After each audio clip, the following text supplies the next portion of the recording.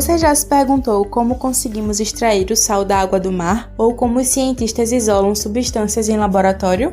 Nossa vida diária está cheia de misturas. Areia e água, arroz e pedras, óleo e água. Mas como separamos esses componentes? A separação de misturas heterogêneas é crucial em laboratórios e indústrias, garantindo pureza e eficácia. Hoje, vamos mergulhar no fascinante universo dos métodos de separação. E não se engane, não é só filtrar e decantar. Estamos falando de um verdadeiro espetáculo de técnicas e habilidades. Métodos como filtração, decantação e centrifugação são heróis silenciosos, mantendo nossa comida segura, nossos medicamentos puros e nosso meio ambiente limpo. Olá, ouvintes apaixonados por química. Sou o professor Edson Souza. Sejam bem-vindas e bem-vindos a mais um episódio do Papo de Química, o seu podcast do ensino de química, onde a ciência ganha vida e os átomos contam histórias. Hoje temos um tema que vai agitar cada molécula da sua curiosidade. Processos de separação dos componentes de misturas heterogêneas. Prepare-se para uma viagem onde cada fase, cada soluto e cada solvente tem um papel crucial. Você vai descobrir que separar misturas é uma arte e uma ciência cheia de desafios e surpresas. Então, meus amigos, prepare seus fones de ouvido, aumente o volume e vamos juntos descobrir o fascinante universo das misturas heterogêneas. Let's go! Oi, pessoal! Eu sou a professora Priscila Morim e é um prazer ter você aqui com a gente. Lembrando, compartilhe esse episódio nos grupos de WhatsApp, dos amigos, da escola e da família e vamos aumentar nossa podosfera. Olá, pessoal! Eu sou Heloísa Nascimento, aluna do curso técnico de Química do IFPE. É uma grande alegria receber você aqui. Mandem sugestões de conteúdos que gostaria de ouvir no Papo de Química para o e-mail podcast@papodequimica.com. Gente, se vocês ainda não escutaram o episódio 62, Mistério das Misturas Homogêneas, explorando a separação de componentes, na descrição do episódio tem um link para você fazer uma revisão. Ou vá no seu aplicativo preferido de podcast e escuta o episódio 62. As misturas heterogêneas são aquelas em que os componentes são visivelmente diferentes, ou seja, apresentam mais de uma fase. Alguns exemplos são a mistura de água e de óleo, em que se pode ver claramente duas fases distintas, e a mistura de areia e de água, em que as partículas de areia ficam visíveis. Pessoal, a separação de componentes e misturas heterogêneas é um aspecto fundamental em diversos campos da ciência, como química, engenharia, biologia e ciências ambientais. Existem diferentes métodos de separação para diferentes tipos de mistura: sólido-sólido, sólido-líquido, sólido-gás e líquido-líquido. Vamos então explorar cada um deles.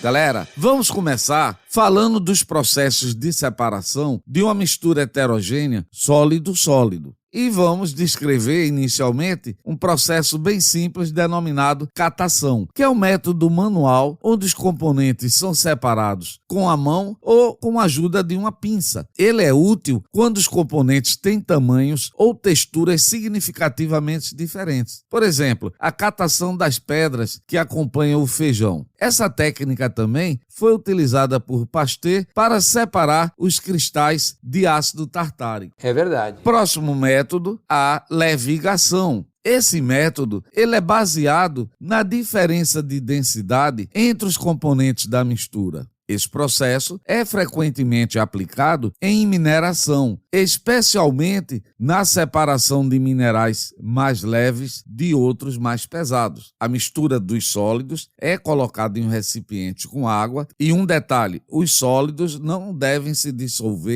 na água. A mistura, então, é agitada ou submetida a uma corrente de água. A intensidade da corrente ela deve ser controlada de modo que seja suficiente para arrastar apenas as partículas mais leves. Por exemplo, na mineração do ouro, a areia menos densa é levada pela corrente de água, deixando o ouro no fundo do recipiente, ok? Você entendeu, velho? Certamente que sim. Separação magnética. Este método envolve o uso de um ímã para separar substâncias magnéticas de não magnéticas. É comum na reciclagem de metais.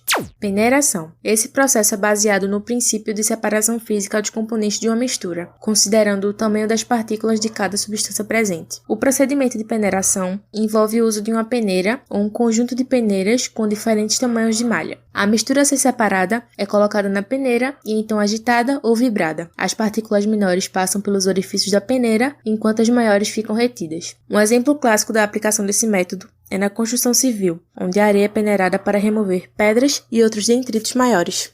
Temos também a ventilação, que ocorre quando o sólido menos denso é separado dos demais por uma corrente de ar. Exemplo é a separação de folhas e resto de cascas do grão de café. E também a dissolução fracionada. Ocorre esse processo quando um dos componentes sólidos da mistura ele é dissolvido em um determinado líquido, que dissolve apenas um dos sólidos. Por exemplo, ao se misturar o sal de cozinha e a areia, quando se dilui a mistura em água, estarão separados a areia e o sal, pois o sal irá se diluir e a areia irá se depositar no fundo do recipiente, bastando sequencialmente filtrar e evaporar a água para então se extrair o sal residual. E aí, conseguiu entender? É claro! Pessoal, vamos falar agora da separação dos componentes de misturas heterogêneas do tipo sólido-líquido. E podemos começar pela filtração, que é uma técnica de separação de misturas amplamente utilizada tanto em laboratório, em aplicações industriais e no cotidiano. A filtração baseia-se na passagem de um líquido através de um meio poroso que retém as partículas sólidas. Para isso, utilizamos um meio filtrante, como um papel de filtro, uma membrana filtrante ou um filtro de areia. Este meio deve ser poroso o suficiente para permitir a passagem do líquido, mas suficientemente fino para reter as partículas sólidas. A filtração é uma técnica simples, eficaz e versátil, aplicável em uma vasta gama de situações. Ela permite uma separação rápida e eficiente das misturas sólido-líquido e é fundamental em muitos processos científicos, industriais e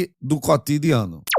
Outra opção é utilizarmos a filtração a vácuo, que é uma técnica avançada de filtração que aumenta a eficiência e a velocidade do processo de separação dessas misturas. Esse método é particularmente útil quando se lida com líquidos que passam lentamente através do meio filtrante, ou quando as partículas sólidas são muito finas e tendem a entupir o filtro. A filtração a vácuo é frequentemente utilizada em laboratórios e em processos industriais. Na aparelhagem da filtração a vácuo está envolvido um frasco de Kitasato, um funil de Buchner, um meio filtrante e uma bomba de vácuo. Uma vez que a mistura é colocada no funil de separação, o vácuo é aplicado. O vácuo aumenta a pressão diferencial entre o interior e o exterior do Kitasato. Ele acelera a passagem do líquido através do meio filtrante, enquanto os sólidos são retidos. Isso é especialmente útil, pessoal, para líquidos que filtram lentamente ou para misturas com uma grande quantidade de sólidos. A filtração a vácuo é uma técnica valiosa em muitos contextos científicos e industriais, oferecendo uma solução eficiente para a separação de misturas sólido-líquido, especialmente em situações que a filtração comum, a filtração tradicional, pode ser inadequada ou muito lenta. Ah, agora eu entendi! Agora eu saquei! Gente, vamos ver agora o processo de decantação, que separa uma fase sólida de uma fase líquida em uma mistura heterogênea, permitindo que o sólido se assente no fundo do recipiente devido à gravidade. Primeiro, a mistura é deixada em repouso e, com o tempo, o componente sólido assenta-se no fundo do recipiente. Após esse assentamento,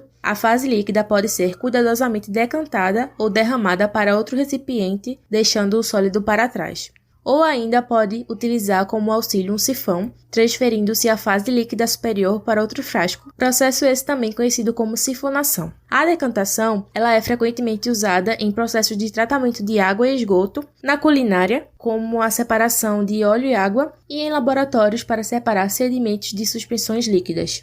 Temos também a centrifugação, utiliza a força centrífuga para acelerar a decantação. Ela é baseada no princípio de que, sob rotação de alta velocidade, os componentes com densidades diferentes são separados devido a diferenças na força centrífuga atuando sobre eles. As partículas sólidas, elas são forçadas para o fundo do recipiente, facilitando assim sua separação do líquido. Após a centrifugação, o sólido pode ser facilmente separado do líquido. Em alguns casos, o sobrenadante, que é o líquido, é cuidadosamente removido, deixando o sedimento no fundo do tubo. A centrifugação ela é amplamente utilizada em laboratórios de pesquisa e diagnóstico médico, por exemplo, para separar células sanguíneas do plasma, e também utilizada em processos industriais e na preparação de amostras em diversas áreas científicas.